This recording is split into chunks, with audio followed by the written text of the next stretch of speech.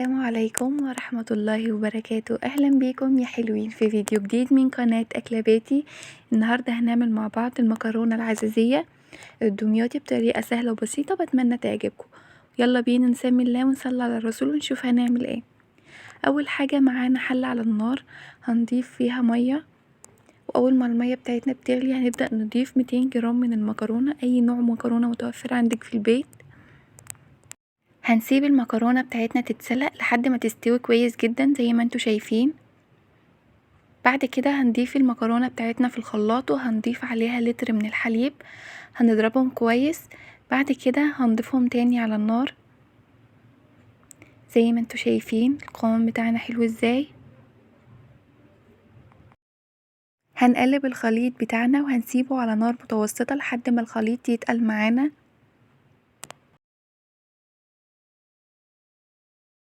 بعد كده هنضيف السكر بتاعنا، انا ضفت حوالي كوباية الا ربع من السكر.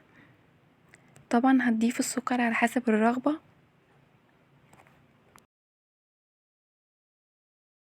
ودي يا حلوين اسهل طريقة لعمل العزيزية في البيت، وهتطلع معاكم ناجحة من اول مرة. جربوها بجد على ضمانتي، هتعجبكم قوي.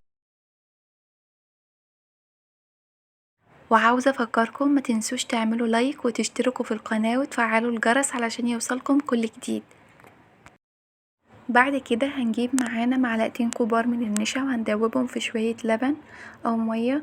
بعد كده هنضيفهم على الخليط بتاعنا وهنقلبهم كويس جدا لحد ما الخليط يتقل معانا. بعد كده هنضيف رشة فانيليا، وكده الخليط بتاعنا يكون جاهز.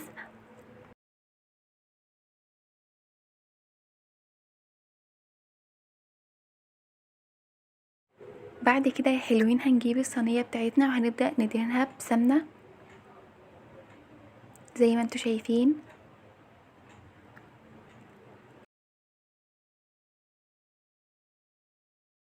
بعد كده هنبدأ ننزل بالخليط بتاعنا زي ما انتوا شايفين.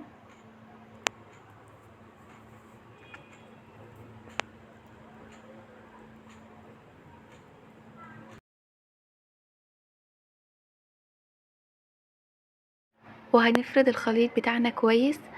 بعد كده هندخلها الفرن على درجة حرارة 180، هتاخد معانا حوالي 20 دقيقة.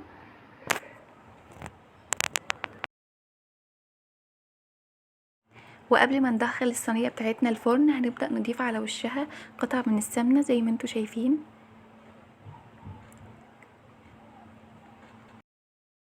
وبكده تكون الصينية بتاعتنا جاهزة تدخل الفرن. وده شكل الصينية بتاعتنا بعد ما خرجت من الفرن. بجد كان طعمها حلو قوي ومضمونة من اول مرة. جربوها بجد هتعجبكم. لو عجبكم فيديو النهاردة ما تنسوش تعملوا لايك للفيديو وتشتركوا في القناة وتفعلوا الجرس علشان يوصلكم كل جديد. مع السلامة.